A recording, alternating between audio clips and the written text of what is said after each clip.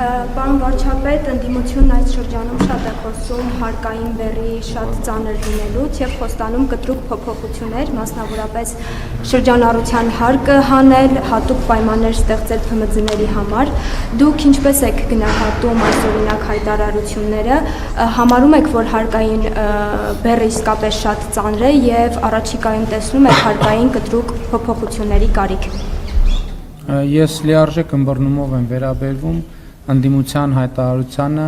հարկային բեռի ծանր լինելու մասին, որովհետև այդ ընդդիմությունը երբ որ իշխանություն էր, սովորեր, որ իրենք հարկեր պետք է չվճարեն եւ բնականաբար երբ որ հիմա նրանք ստիպված են աշխատել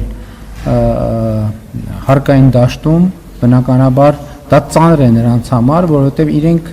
ըստ էության բիզնեսմեն չեն, այլ իրենք կոռուպցիոն համակարգերի գործածմամբ հարկերից խուսափելու ճանապարհով մրցակիցներին շուկայից դուրս հանելու եւ ջերմոցային պայմաններում փող աշխատելու եւ ինչպես ընդունված է ասել թալանելու մասնագետներին, այնպես որ հասկանալի է, որ երբ որ հիմա այդ հնարավորությունը չկա, դա նրանց ծանր է թվալու։ Ինչ վերաբերվում է փոքր եւ միջին բիզնեսին, ես ուզում եմ հիշեցնեմ, որ մեր կառավարման շրջանում է ձևավորվել միկրոբիզնեսի համակարգը, երբ որ ամենափոքր բիզնեսների համար ստեղծվել են հատուկ պայմաններ եւ մեր քաղաքականությունն է, որ մենք խթանենք, որպեսզի բիզնեսները ոչ թե լինեն գնալով պակաս հաջողակ, այլ ավելի հաջողակ։ Եվ մենք առաջիկայում իհարկե տեսնում ենք հնարավորություն միկրոբիզնեսի շեմը բարձրացնելու։ Հիմա 24 միլիոն դրամ է եւ ակնհայտ է, որ 24 միլիոնի դրամը շեմը այդ թվում գնաճային երևույթների պատճառով հասկանալի այլևս արդիական չէ եւ մենք մտածում ենք միկրոբիզնեսի շեմը բարձրացնելու, որպեսզի նրանք ովքեր փոքր են, իրոք աշխատեն հատուկ պայմաններում, իսկ մյուսները հնարավորություն չունենան փոքրի անվան ներքո խուսափել հարկերից։ Ուզում եմ նաև ձեզ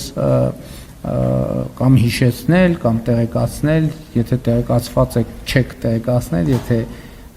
տեղեկացված եք, բայց չեք հիշում, հիշեցնել,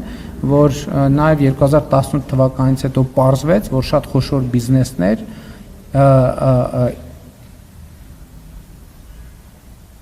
ինքնակտրտման են ենթարկվում եւ դառնում են փոքր բիզնեսներ եւ այդպիսով խուսափում են հարկերից, ինչի հնարավորությունը այսօր շատ սահմանափակ է, չեմ կարող ասել բացարձակ չկա, որովհետև ցավոք միշտ էլ սողանցքներ լինում են եւ ես այդ դժգոհությունը հասկանում եմ, բայց ուզում եմ նաեւ դիմել Հայաստանի Հանրապետությունում աշխատող, արդյունք ստեղծող, հարկեր գեներացնող եւ վճարող քաղաքացիներին, որպեսզի նրանք տեսնեն, որ իրենց վճարված հարկերը դարձնում են հոյակերտ եւ ժամանակակից բոլոր պայմաններին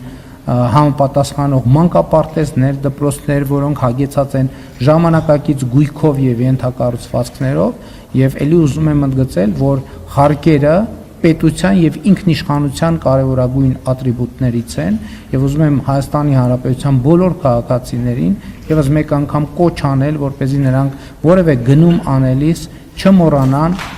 պահանջել, ստանալ եւ վերցնել հսկիչ դրամարկային կտրոնը, որովհետեւ դրանով է, որ մենք ապահովում ենք առողջության ապահովագրություն, այդ թվում ոչ միայն, բայց այդ թվում դրանով առողջության ապահովագրություն, թոշակների բարձրացում եւ նրանք ովքեր խոսում են, ովքեր ում հանրային խոսույթը հարկերի դեմոնիզացիան է, ձեր նշած խոսույթով, նրանք ուզում են չեղարկել առողջության ապահովագրությունը, նրանք ուզում են չեղարկել թոշակների բարձրացումը, նրանք ուզում են կասեցնել դպրոցների եւ մանկապարտեզների շինարարությունը, նրանք ուզում են կասեցնել ճանապարհների շինարարությունը եւ այլն եւ այսպես շարունակ։ Եվ ելի ուզում եմ ասել, կա հարկ, կա բարեկեցություն, չկա հարկ, չկա բարեկեցություն, որովհետեւ ելի ուզում եմ հիշեցնել, որ Հայաստանի Հանրապետության յուրաքանչյուր քաղաքացու բարեկեցությունը առաջին հերթին կախված է ոչ թե նրանից, թե ինքը ինչքան ծախս է անում իր բարեկեցության համար, այլև առաջին հերթին կախված է նրանից, թե պետական եւ համայնքային բյուջեները ինչքան ծախս են անում իրենց բարեկեցության համար, իսկ բյուջեները ձևավորվում են մեր բոլորիս վճարած հարկերից։ Էլի պատկերավոր օրինակներով վերել, որևէ մեկը կարող է իր համար մի քանի 100,000 $-անոց Ferrari գնել, բայց ով էլ լինի չի կարող հանրապետությունում իր Ferrari-ի համար ճանապարհներ կառուցել, դա պետք է անի պետությունը պետական բյուջեի միջոցներով։ Շնորհակալություն, հաջորդ հարցը Նյուզերեն։ Պարոն վարչապետ, դուք ձեր նախընտրական ծրագրում անդրադարձել եք եկեղեցու հետ կապված քաղաքականությանը ձեր, ֆիքսել եք այն, ինչ նախորդ շրջանում ասել եք եւ կրկին շեշտել եք վեհափառի հեռացման ձեր պլանների մասին, բայց տեսեք դուք մշտապես մեր ասացին, որ դուք եկեղեցու դեմ եք քայլեր անում, դուք ասում եք ոչ, վեհափառի դեմ է այս ամեն ինչը, կաթողիկոսի դեմ, բայց ձեր քայլերը այդ մասին չեն խոսում, որովհետև դուք հայտարարում եք եկեղեցին հարգելու մասին, հոգևորականներին եկամուտների հայտարարագրման մասին, դուք նաև քրեակատարողական հիմնարկների եւ բանակում զինվորական կներեք հոգևոր ծառայության փոփոխության մասին եք, ձեր պատկերացման փոփոխության մասին եք խոսում։ Սա ընդհանուր թվում է թե կամ այդպես է ստացվում եկեղեցու ընդհանուր վերափոխման ծրագիր է։ Ինչպիսի եկեղեցի եք դուք ուզում ստանալ։ Որն է ձեր պատկերացրած հայ առաքելական եկեղեցին, եթե դուք ամեն ինչ եք փորձում փոխել այսօրվա հայ առաքելական եկեղեցում։ Սա առաջին հարց եւ երկրորդը, պարոն Փաշինյան, դուք քաղաքացիորը որոշել եք կրկին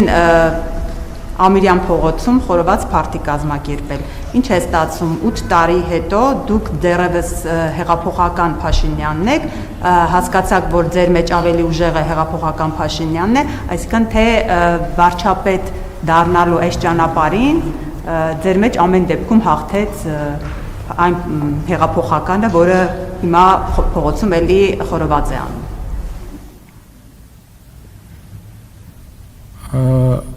Ես ճիշտ ասած զարմացած եմ, այդպիսի բան ա եղել, որ հեղափոխությունից հետո Հայաստանում պետքա խորոված չանել։ Կներեք, այդ թվում փողոցում, այսօր Հայաստանի Հանրապետության հարյուրավոր փողոցներում խորոված են անում մարդիկ։ Եվ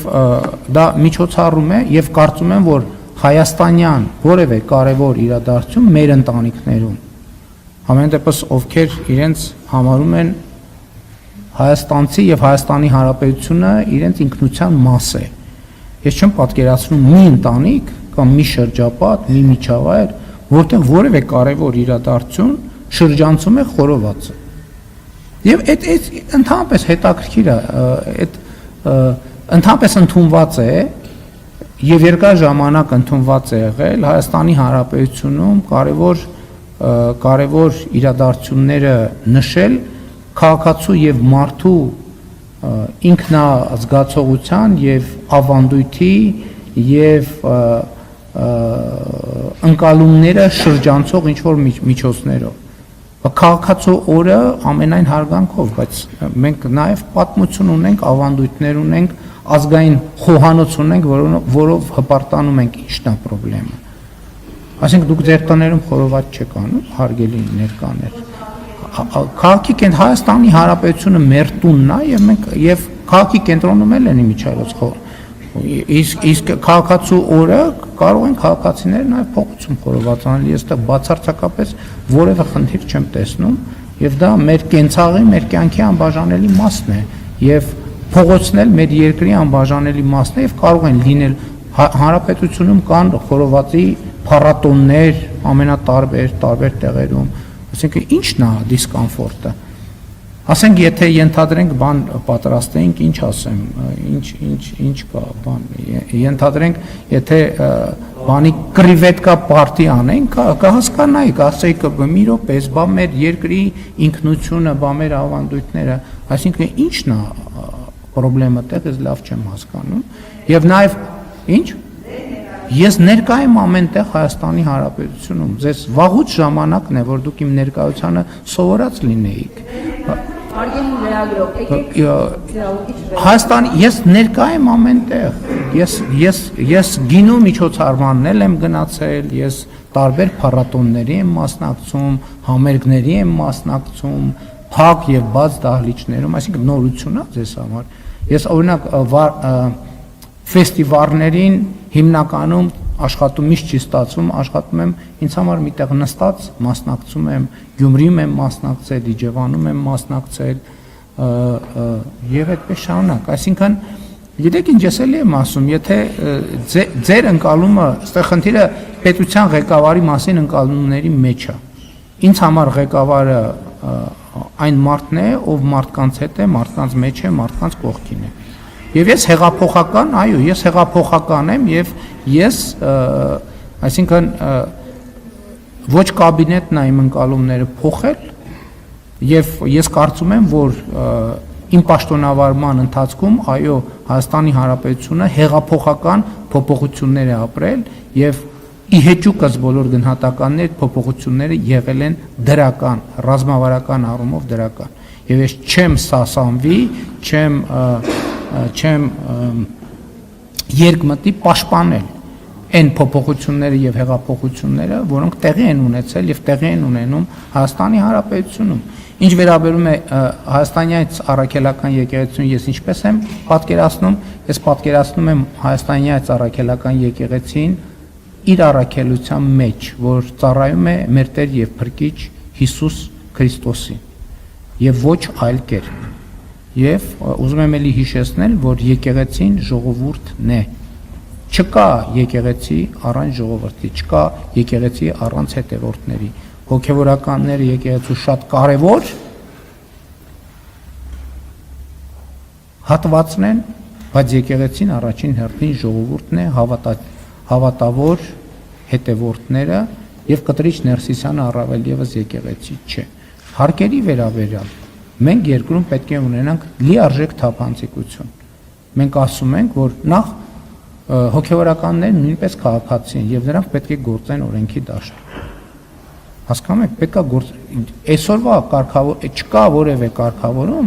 որ Հայաստանի Հանրապետությունում հոգևոր ծառայողները դուրս են օրենքից։ Ընդհակառակը կա, որ բոլոր մարդիկ հավասար են օրենքի առջև։ Եվ եթե որևէ քաղաքացի, բոլոր քաղաքացիները պետք է եկամտային հարկ վճարեն, պետք է նաև հոգևորականները վճարեն, իսկ ինչու պետք է չվճարեն։ Բայց ես հաջորդը կա, շարունակությունը կա, մենք ասում ենք, որ պատրաստ ենք եւ պարտավոր ենք եւ 8 տարի արդեն այդ պատրաստակամությունը արտահայտում են, որ եկեղեցու գործունեության, հայաստանյաց առաքելական եկեղեցու գործունեության արդյունքում ձևավորված եւ գանձված հարկերը ամբողջ ծավալով մենք պատրաստ ենք վերադարձնել, այդ թվում ֆինանսական թափանցիկությունը ապահովելու նկատառումով։ Եվ կա նաեւ հաջորդ հարցը, ասենք ինչի օրինակ պետքա եկեղեցու համար ներմուծվող սուրճը կամ չգիտեմ հիմա ես վախենամ տողերի մեջ սխալվեմ, ինչ որ մի ապրանք, որը մաքուր ծիսական նշանակություն չունի, խոսքը ոչ ծիսական ապրանքների եւ առարկաների մասին է, չհարկվի, իսկ մյուս դեպքերում պետքա հարկվի։ Իսկ ինչու պետքա մենք Հայաստանյաց առաքելական եկեղեցու հետևորդները չիմանան, որ օրինակ մոմի վաճառքը ինչքան շրջանառություն է ապահովում, հետո ինչ են լինում այդ փողերը։ Դա նրա համար է, որպեսզի օրինակ կտրիչ Ներսիսյանի զարմիկները բանով G դասի Mercedes-ով պատտվեն, թե դա եկեղեցու կարիքների համար է։ Այդ թվում մյուսները, ով, չգիտեմ, հիմա ես կոնկրետ օրինակ եմ բերում, դուք կարաք եւս 6 օրինակ բերեք, իմ օրինակը չի բացառում որևէ մեկին, որովհետեւ հարցը սկզբունքի մեջ է։ Սկզբունք պետք է կիրառվի, երկրում պետք է լինի թափանցիկություն, պաշտոնյաները պետք է գործեն թափանցիկ եւ հաշվետվողական, հոգեվոր ծառայողներ եւ մենք համընդհանուր հայտարարագրման համակարգ ենք ընդունել, որը բացառություններ չի անում։ Եվ իմիջայլոց այդ չվճարումների պատճառով հոգևորականները բազմաթիվ այսօր չեն կարողանում օգտվել առողջության ապահովագրության համակարգից։ Ինչու պիտի չօգտվեն այդ մարդիկ։ Հիպոթեկային վարկով բնակարան ձեռք բերելու պարագայում եկամտային հարկի վերադարձի համակարգից չեն կարողանում օգտվել։ Իսկ ինչու պետքա չկարողանան օգտվել։ Այսինքն նաև մեր հոգևոր ծառայողների բարեկեցության մասին է, չէ՞։ Մենք գիտեք ինչու այդ ամեն ինչը, որ կախվածություն լինի մեկ անձից, բոլոր առումներով, ֆինանսական, կենցաղային եւ այլն եւ այլն։ Եվ այստեղ նաեւ այո հոգեվոր ծառայողների ազատության մասին է խոսք, այն ազատության, կոռեկտության սահման, իսկ ինչու պիտի չլինի հոգեվոր ծառայողի էթիկայի կանոնակարգ։ Լավ, մենք պետքա որպես հանրություն պատասխան տանք հարցին։ Մեզ համար նորմալ եւ ընդունելի է, որ կաթողիկոսի պաշտոնում գտնվող մարդը զավակներ ունենա։ Նորմալ է մեզ դա։ Պետքա Հայաստանի Հանրապետության քաղաքացիները պատասխանեն։ Նորմալ է դա։ Բոլորը։ Հարգելի գործընկերներ, Բոլորը։ հարցն հնչեցրել եք հաջորդի։ Շնորհակալություն, հաջորդ Ասում եմ, ձեր հարցի մասին դեռ երկար կարելի է խոսել, բայց նաև ժամանակը խնայելով այս փուլում արձագանքենք։ Դե գիտեք, կներեք, ձեր հարցերը այնքան ընդգրկուն են եւ խորիմաստ, որ ես չեմ կարող կարճ եւ մակ երեսային պատ։ հաջորդ հարցը Շանթ հեռուստաընկերություն։ Պարոն վարչապետ